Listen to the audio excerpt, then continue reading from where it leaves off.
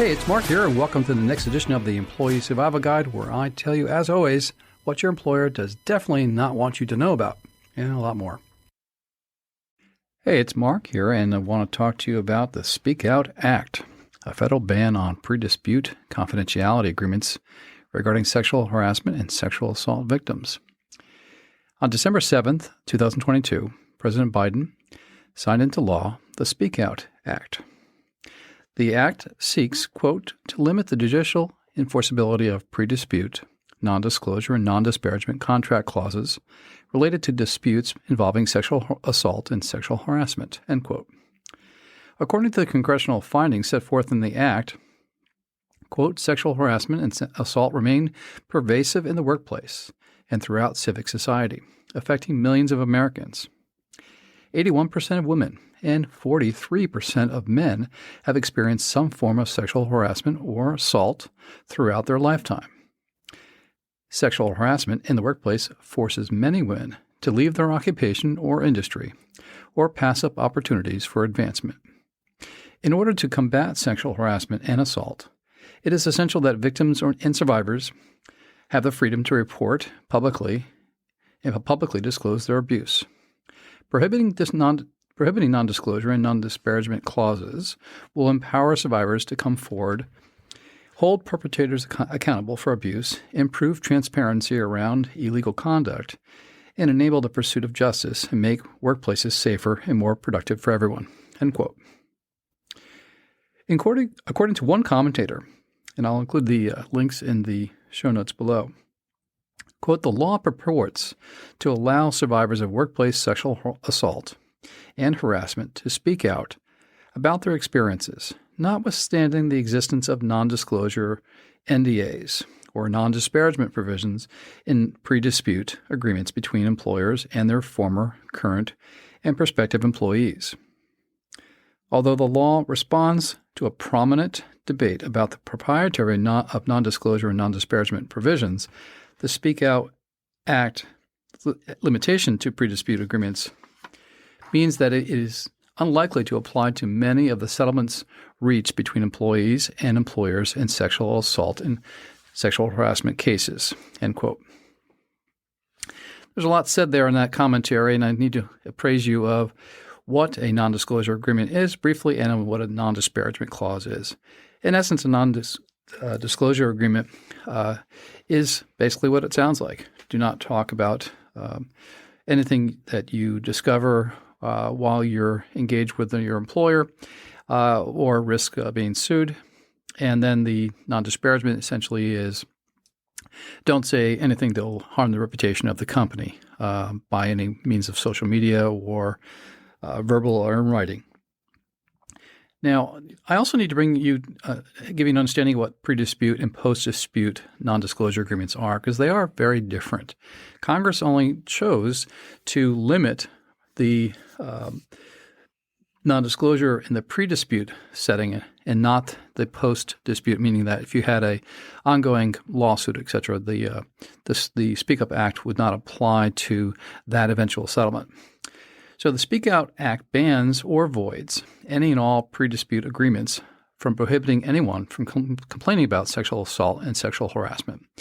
These agreements are not to be confused with severance and settlement agreements, the so-called post-dispute non-disclosure agreements, which the law does not apply. Some advocates are seeking to completely ban all post-dispute confidentiality agreements, namely Gretchen Carlson's advocacy group called Lift Our Voices. Ms. Carlson argues that, and her group argued that this is one step in the right direction, the Speak Out Act, following the federal ban on forced arbitration in sexual harassment cases signed into law by President Biden. And I also have links to that as well in the show notes. Actually, I agree with Ms. Carlson regarding this issue. It is one step in direction, and that's how our democracy works. We just take one step, and then we all get used to it, and then we take the next step and ban the next aspect of it. It's coming. It'll just take some time, and you'll have to be patient. Opponents of the Speak Up Act argue that the very essence of an employee's leverage with the employer has been taken away by the statute, forcing some victims to continue to litigate their cases or worse, remaining silent a situation the Speak Up Act sought to finally remedy. Prior to the passage of the Speak Up Act, employees and their employer attorneys used the threat of public disclosure as a leverage to force employers to pay settlements prior to the lawsuit being filed. This is uncharted territory, and I hope Congress and the President were correct that the Speak Up Act would act as a deterrent to anyone seeking to violate the federal ban on pre-dispute confidentiality agreements related to sexual harassment and sexual assault. Now, also after the Me Too event, you saw many states also enact state laws to deal with the issue that the public was complaining about. And then since this is now back to the time period of the Weinstein issue when it came out. The one person in the Weinstein case actually violated her non-compete or her non-disclosure agreement and was sued by Weinstein for breach of contract. But I don't know exactly where the history of that case went, but we know the criminal result of that by Mr. Weinstein being convicted in New York and then later in California.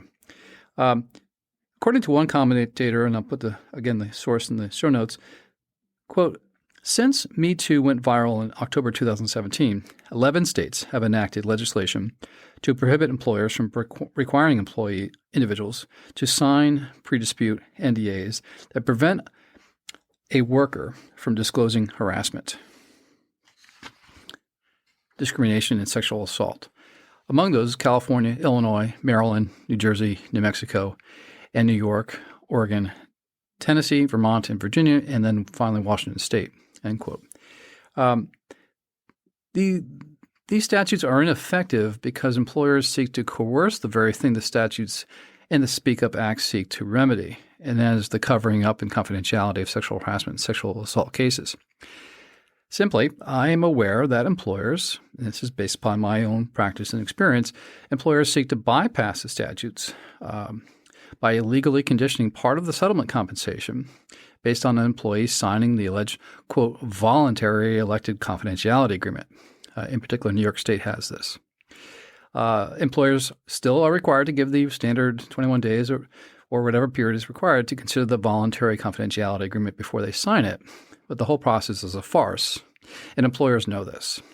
What employers know is that they can dangle the settlement compensation in front of the employee and coerce employees who are victimized by the abusive employment practice into signing confidentiality agreements, making them involuntary, in a manner of speaking. And recently I had a situation where I confronted an opposing counsel based in New York, where an employee worked in New York but also worked remotely in Connecticut. And we were dealing with a settlement, and I confronted the attorney why she wasn't using the New York statute, and she sought to ignore my comments and to actually became critical of and made accusations to me. But she knew exactly what I was confronting was the aspect that which she was trying to end run and not use the New York law, where the Connecticut law didn't have a similar level of treatment. So there's always going to be efforts by employers to get around the issue. This is not going to go away, folks, in terms of the problem here is that you can, by law, state and federal, tell employers they can't do something, they're going to still go ahead and do it because that's the power of the disclosure element of settlements. That, and I agree with the opponents of the statute, the Speak Up Act, this very leverage that employees have. At the same time they want to report the bad behavior, they can do that in the form of, filing their administrative complaints and the full lengthy narrative about all the bad acts and confronting the individual and have the employer deal with that individual and have the employer pay the client, the employee, the victim, money at the level of like a judgment from a jury. I'm not kidding. This actually does happen. I can tell you I'm involved in cases where this does happen. And the employers definitely want to keep these things quiet. And I want you to be aware that that's going on and won't go away for some time. So as we look forward to the future of the Act and the state laws, the Speak Up Act now allows employees to go to court and challenge the harassers with impunity.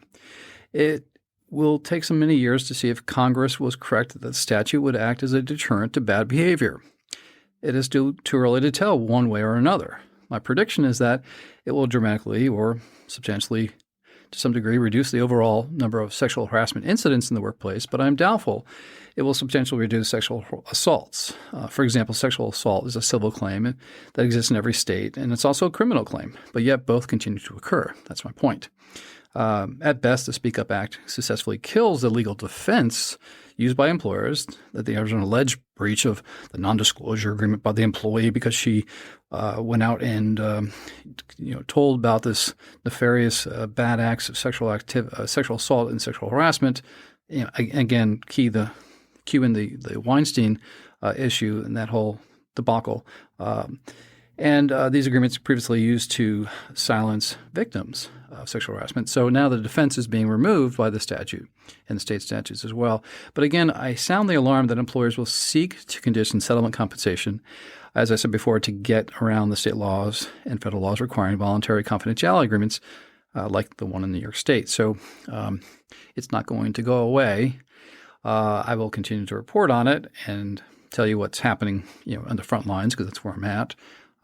So hopefully you found this issue informative. Overall, we are taking steps in the positive direction. We are eroding the so-called default management practices that employers foist upon us to deal with because they can't, manage their own employees. I mean, the very idea of me as an employment attorney existing is because management cannot control their employees. I mean, my entire law practice is geared towards policing employers for 26 years.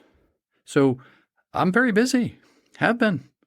Lots and lots of millions of dollars exchange hands every year through my office alone. And there are numbers of employment lawyers like myself around the country. I'm trying to make a point that employers are not doing a great job at protecting you, the employee, and I need you to wake up about that. It's not a joke, folks.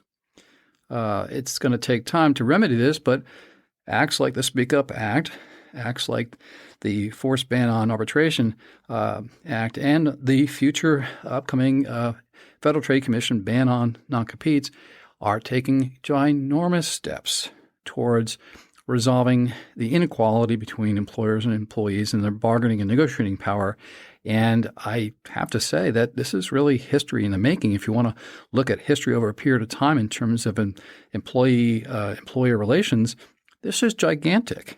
So it's a pretty significant time. So again, I'm just doing my job, and I just bring you this information every week, every day, and hope you like it. And look forward to more. Until next time, I'll talk to you soon. Thank you. If you like the Employee Survival Guide, I'd really encourage you to leave a review. We try really hard to produce information to you that's informative, that's timely, that you can actually use and solve problems on your own and at your employment. So if you'd like to leave a review anywhere you listen to our podcast, please do so. And leave 5 stars because anything less than 5 is really not as good, right? I'll keep it up. I'll keep the standards up. I'll keep the information flowing at you. If you'd like to send me an email and ask me a question, I'll actually review it and post it on there. You can send it to mcarey@capclaw.com. That's capclaw.com.